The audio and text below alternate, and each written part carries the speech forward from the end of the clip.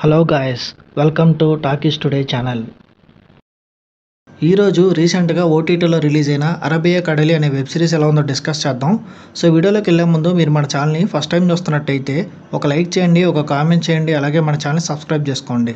చాలామంది మన ఛానల్ని సబ్స్క్రైబ్ చేసుకోకుండానే వీడియోస్ చూస్తున్నారు గైస్. మీరు సబ్స్క్రైబ్ చేసుకొని చూడడం వల్ల ఛానల్కి ఎంత ఎంకరేజ్మెంట్గా ఉంటుంది. సో సబ్స్క్రైబ్ చేసుకుని వీడియోస్ చూడండి. ఇంకా లేట్ చేయకుండా వీడియోలోకి వెళ్ళిపోదాం. Let's get started.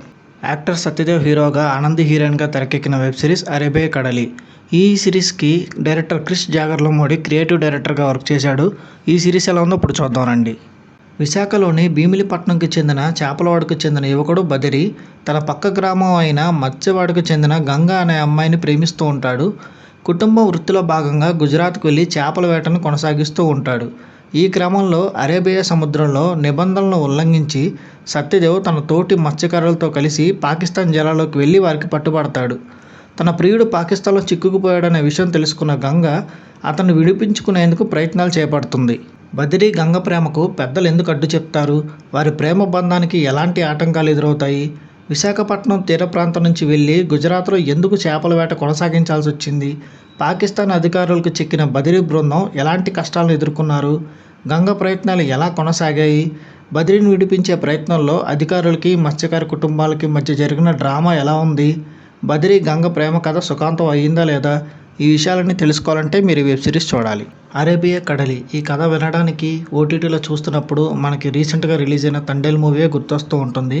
కానీ అందులో చూపించని కొన్ని ఎమోషనల్ మూమెంట్స్, జీవనోపాధి కోసం పడే మత్స్యకారుల కష్టాలు, హృదయాన్ని తట్టి లేపే ఎన్నో సంఘటనలు ఈ వెబ్ సిరీస్లో ప్రత్యేకంగా మనకు చూపించిందనే ఫీలింగ్ అయితే కలుగుతుంది. క్రిష్ జాగర్లమూడి సహకారంతో డైరెక్టర్ సూర్యకుమార్ ఈ కథను అత్యంత వాస్తవంగా నడిపించాడు. తొలి చిత్ర దర్శకుడిగా సూర్యకుమార్ చూపించిన ప్రతిభ కానీ, నటీనటుల నుంచి రాబట్టుకున్న పర్ఫార్మెన్స్ కానీ, పాత్రలు డిజైన్ చేసిన విధానం కానీ మంచి హైలైట్గా అనిపిస్తాయి.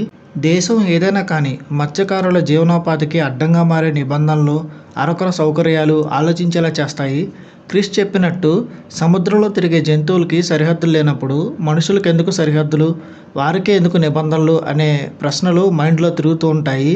వారి జీవితాలపై సానుభూతి కలిగేలా ఈ వెబ్ సిరీస్ సన్నివేశాలు మనసులను కదిలిస్తాయి. కథం పరంగా, స్క్రీన్ ప్లే పరంగా, నటీనటుల పర్ఫార్మెన్స్ విషయంలో చాలా జాగ్రత్తలు తీసుకున్నప్పటికీ టెక్నికల్ డిపార్ట్మెంట్స్కి సంబంధించి ఈ సినిమా కొంతమేరకు లోపాలు కనిపిస్తాయి. ముఖ్యంగా ఈ సిరీస్లో యూజ్ చేసిన విఎఫ్ఎక్స్ మీద ఇంకొంచెం ఎక్కువ దృష్టి పెట్టుంటే బాగుండేది అనిపించింది. ప్రతిభావంతులైన యాక్టర్స్ని ఎంపిక చేసే విషయంలో డైరెక్టర్ చాలా మంచి జాగ్రత్తలు తీసుకున్నాడని చెప్పొచ్చు. Hero Satyadev and heroine Anandi acting గురించి కొత్తగా చర్చించుకోవాల్సిన అవసరం అయితే లేదు. సత్యదేవ్ న్యాచురల్గా చేశాడు అనడం కంటే కూడా పాత్రలో ఒదిగిపోయి సన్నివేశాలకు తగ్గినట్టుగా యాక్ట్ చేశాడని చెప్పొచ్చు. ఆనంది కూడా తనకి లభించిన ఎమోషనల్ అండ్ పవర్ఫుల్ రోల్కి పూర్తిగా న్యాయం చేసింది. ఇంకా ఈ వెబ్ సిరీస్లో నటించిన మిగిలిన నటీనటులంతా కూడా వాళ్ళకి ఇచ్చిన పాత్రలకి వాళ్ళు కంప్లీట్గా న్యాయం చేశారు. ఇంకా టెక్నికల్ డిపార్ట్మెంట్స్ విషయానికి వస్తే చాలా ఎపిసోడ్స్లో క్రియేటివ్ డైరెక్టర్గా క్రిష్ తన మార్కు పక్కాగా కనిపిస్తుంది.